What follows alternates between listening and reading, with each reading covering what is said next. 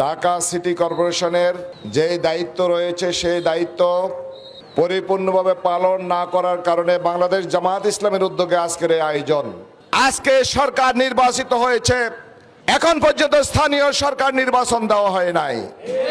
স্থানীয় সরকার নির্বাচন যদি হতো, স্থানীয় জনপ্রতিনিধি থাকতো, জনগণের জবাবদিহিতা তার কাছে থাকতো। আজকে যেন এই নগর আবর্জনার বাগাড়ে পরিণত হয়েছে। আত্মহুরু শত্রুল ঈমান, পবিত্রতা হচ্ছে ঈমানের অঙ্গ। একজন মুসলিম হিসাবে,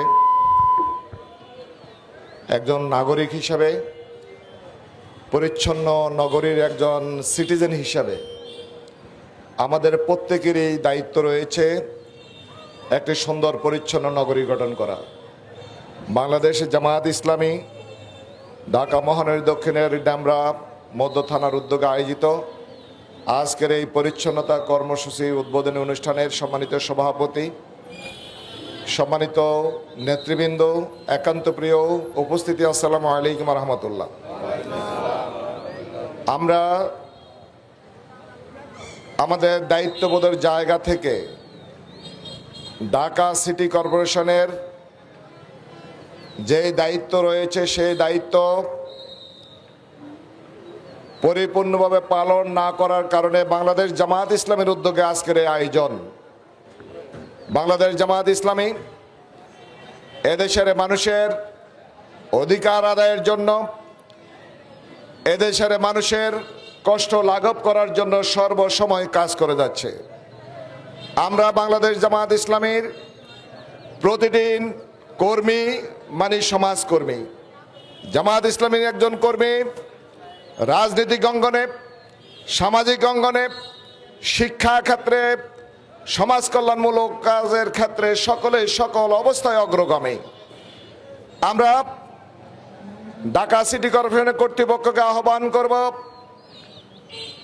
নগর ব্যবস্থাপনা, পরিষ্কার পরিচ্ছন্নতা এবং বর্জ্য ব্যবস্থাপনার সাথে যারা জড়িত তাদের দায়িত্ব ছিল, এই দায়িত্ব তারা যথাযথভাবে পালন করে নাই। আমাদের সংবিধানে লেখা আছে সকল ক্ষেত্রে সকল জায়গায় নির্বাচিত জনপ্রতিনিধি থাকবে, স্থানীয় পর্যায়ে নির্বাচিত জনপ্রতিনিধি থাকবে। জাতীয় নির্বাচন হয়েছে 4 মাস। আমরা যে গত 17 বছর লড়াই সংগ্রাম করেছি অন্যায়ের বিরুদ্ধে, জুলুমের বিরুদ্ধে, অনির্বাচিত ভোটারবিহীন সরকারের বিরুদ্ধে, আজকে সরকার নির্বাচিত হয়েছে, সংসদে সরকার গঠন করা হয়েছে, এখন পর্যন্ত স্থানীয় সরকার নির্বাচন দেওয়া হয় নাই। স্থানীয় সরকার নির্বাচন যদি হতো, স্থানীয় জনপ্রতিনিধি থাকতো, জনগণের জবাবদিহিতা তার কাছে থাকতো, জনগণ তার অধিকার বুঝে পেত। কিন্তু আজকে স্থানীয় জনপ্রতিনিধি না থাকার কারণে সকল ক্ষেত্রে আজকে জনদুর্ভোগ, আজকে জন আকাঙ্ক্ষার প্রতিফলন হচ্ছে না।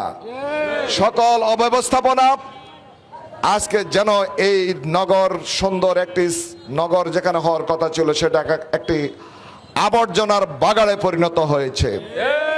আমরা এই ঢাকা সিটি কর্পোরেশনকে এবং সারা বাংলাদেশে যেখানে পৌরসভা আছে সকল ক্ষেত্রে আজকে যদি মানুষের অধিকার ফিরে দিতে হয়, পরিচ্ছন্ন নগরী গঠন করতে হয়, সুন্দর বাসযোগ্য এলাকা গড়ে তুলতে হয়, প্রত্যেক এলাকায় প্রত্যেক সিটি কর্পোরেশন এবং আমাদের পৌরসভাগুলোতে নির্বাচিত জনপ্রতিনিধির বিকল্প নেই।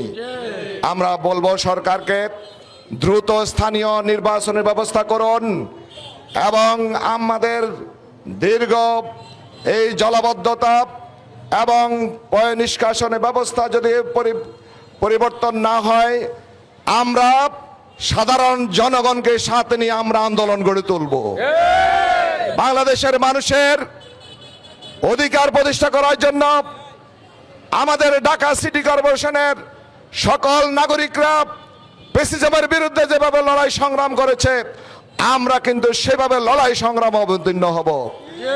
ঢাকা সিটি কর্পোরেশনের সকল নাগরিকরা হোল্ডিং ট্যাক্স দিচ্ছে। ঢাকা সিটি কর্পোরেশনের নাগরিকদের অধিকার, তাদের জানার ইচ্ছা আছে কেন আমাদের ড্রেন পরিষ্কার করা হচ্ছে না, কেন এখানে ব্যবস্থাপনা, বর্জ্য ব্যবস্থাপনা, মশক নিধন এবং সমাজ কল্যাণ থেকে শুরু করে সকল ক্ষেত্রে আমি প্রশাসকের দৃষ্টি আকর্ষণ করব। আপনি এই চেয়ারে বসে আছেন, আপনার দায়িত্ব শুধু চেয়ারে বসে এসির রুমে বসে নগর পরিচালনা নয়। আপনি আসুন ডেমরা প্রতিটি এলাকায় মহল্লায় ঘুরুন, প্রতিটি ওয়ার্ডে যান, দেখেন আপনি এখানে কি এক ময়লার বাগানে পরিণত হয়েছে। আরেকটি কথা বলতে চাই, আপনি প্রশাসকের চেয়ারে বসেছেন, আপনি বিএনপির দলবাজি করার জন্য এখানে আপনি চেয়ারে বসেন নাই। এখানে আমরা প্রশাসককে বলবো, আপনি দলীয় কর্মসূচি বাস্তবায়ন করবেন, বাংলাদেশ জামাত ইসলামী এবং স্থানীয় সমাজের সামাজিক নেতৃবৃন্দকে হ্যাঁ প্রতিপন্ন করবেন। এটা হতে পারে না।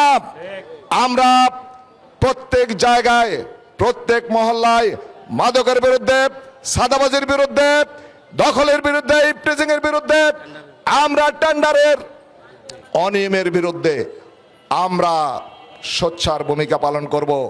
এবং আমি স্পষ্ট করে বলি, আপনারা যদি আপনাদের দায়িত্ব পালন না করেন, সামাজিকভাবে এলাকায় আমরা সকল সাধারণ মানুষকে নিয়ে কিভাবে দায়িত্ব পালন করতে হয়, আমরা সেই দাবি আদায় করতে হয়, সেটা আমরা বুঝে নিব এবং আমরা আন্দোলন করব। অতএব কারণে ঢাকা সিটি কর্পোরেশনের প্রতিটি এলাকায়, প্রতিটি মহল্লায় মশক নিধন এবং বর্জ্য ব্যবস্থাপনা, মাদকের বিরুদ্ধে আমাদের জিরো টলারেন্স অব্যাহত থাকবে। আমরা আপনাদেরকে এখানে যারা এসেছেন, এই কার্যক্রমের সাথে যারা সংযুক্ত হয়েছেন, তাদেরকে ধন্যবাদ জানাচ্ছি। উদ্যোগ নিয়েছেন আপনারা সামাজিকভাবে। আমরা মনে করি যারা রাজনৈতিক ফায়দা লুটাবার জন্য চেষ্টা করছেন, অর্থনৈতিকভাবে, রাজনৈতিকভাবে, সামাজিকভাবে নিজেকে প্রতিষ্ঠিত করার জন্য চেষ্টা করছেন, আমরা মনে করি জনগণ থেকে আপনারা অনেক বিচ্ছিন্ন। জনগণের সাথে এইভাবে কাজ করুন, তাহলে জনগণের সহযোগিতা পাবেন।